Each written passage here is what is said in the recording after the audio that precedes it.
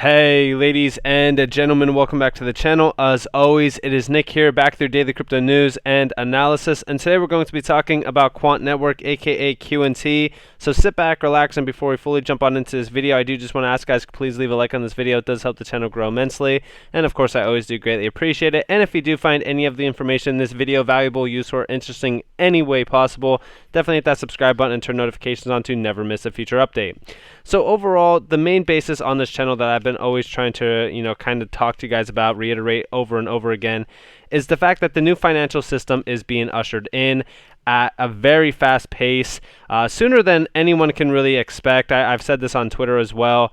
Honestly, if we are talking about the new financial system, a lot of people are fearful about it. A lot of people think that CBDCs are not good, and there's just a lot of confusion behind it. But I want you to all understand that we do have a massive opportunity in front of us, I should say. But in general, we have the opportunity to invest in pieces of the new financial system.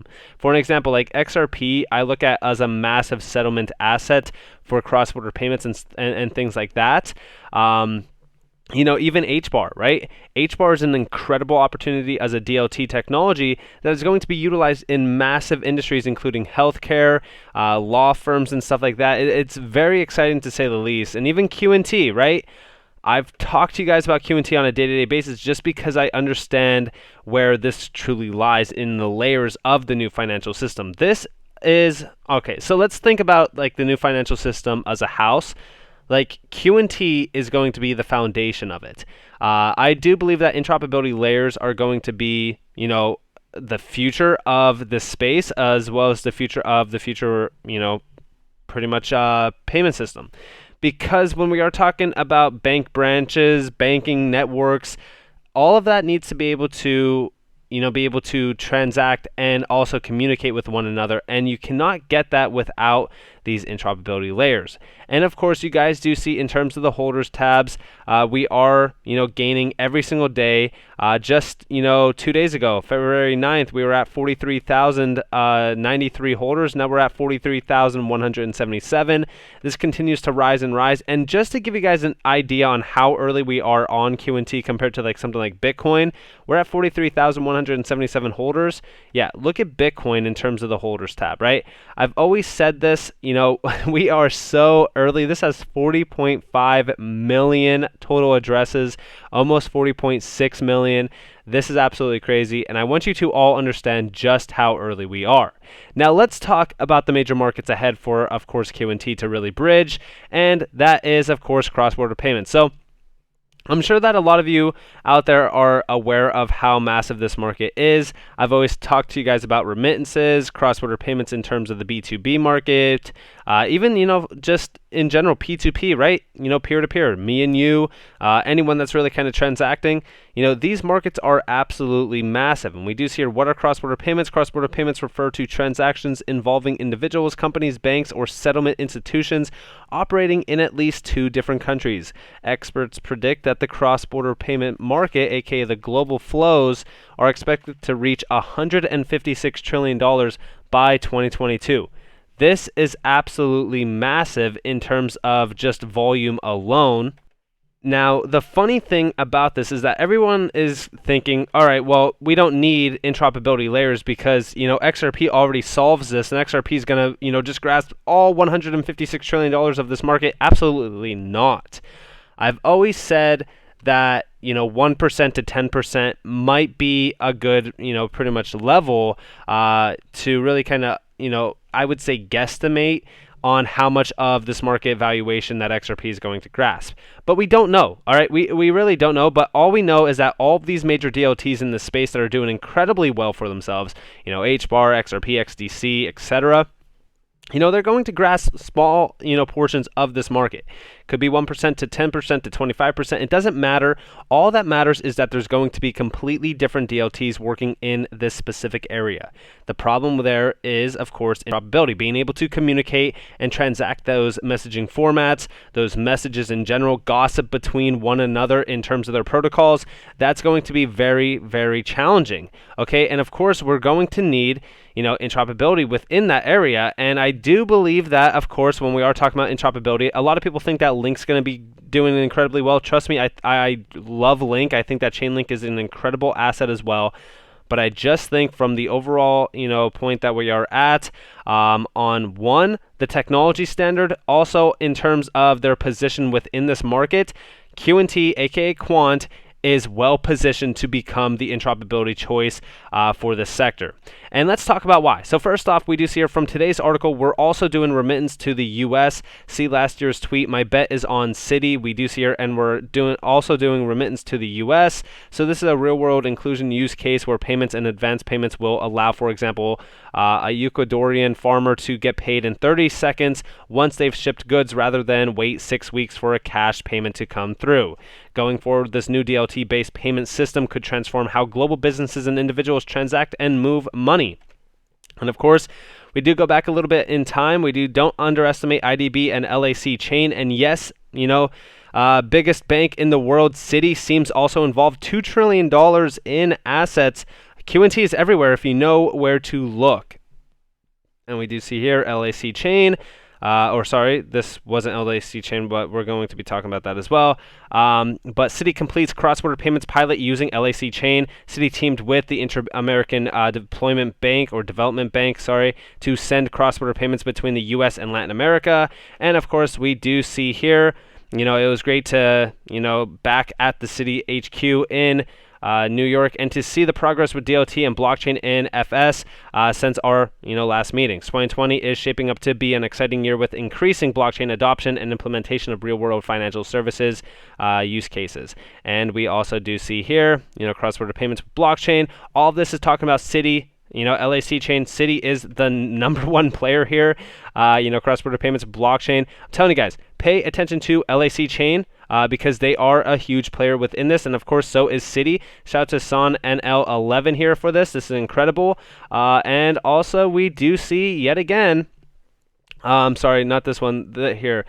We also see again, talking about Latin America, currently QNT is working with 12 Latin American countries to upgrade their whole payments infrastructure to digital assets.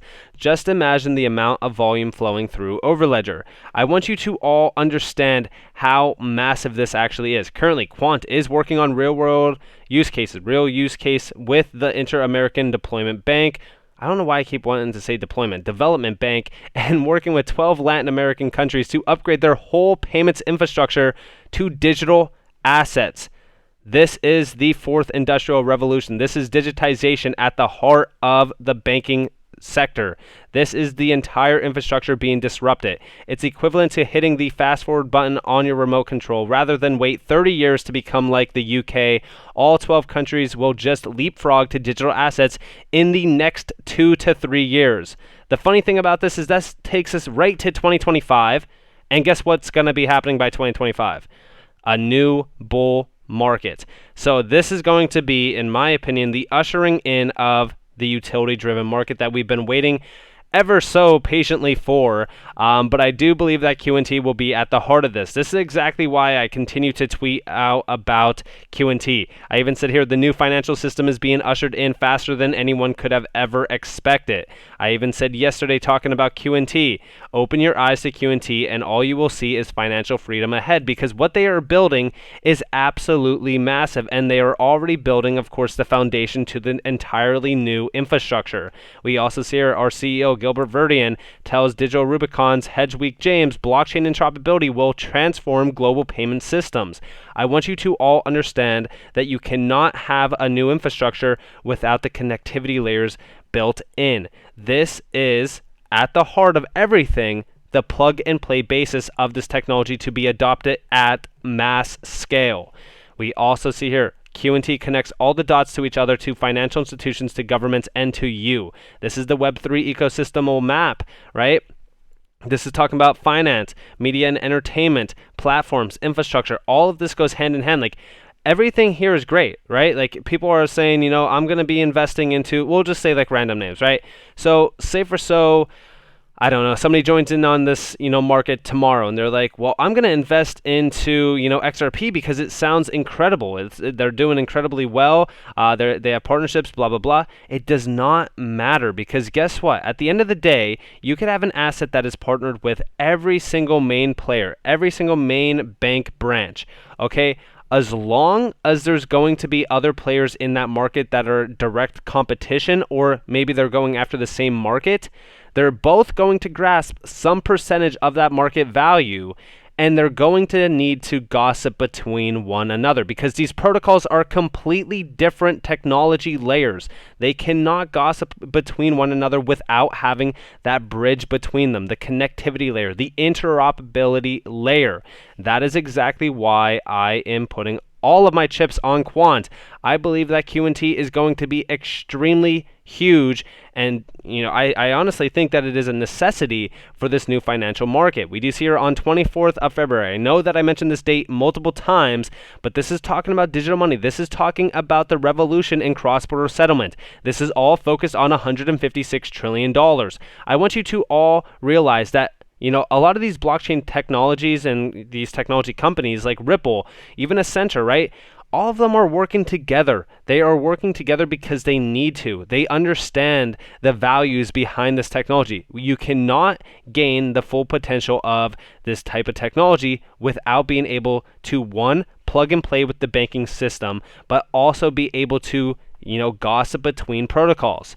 And of course, when we are talking about this massive webinar that's going to be happening, I do think that this is going to be a very interesting webinar, and I think that there's going to be a lot of information that comes out regarding, of course, what Q&T is really trying to deliver on. It all leads me back to one main tweet, and that is this. The IMF is showcasing a new paper on central bank digital currencies in partnership with the Atlantic Council and several major central banks, one step closer to the new digital system. Listen closely to this video. It's all talking about, of course, the new digital system.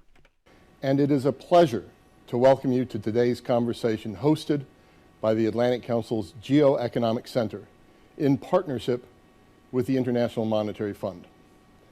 This morning marks the launch of the IMF's new paper, which dives into the inner workings of central bank digital currencies in 6 countries and currency unions, and that includes China, Sweden, Uruguay, Canada, the Bahamas, and the Eastern Caribbean Currency Union.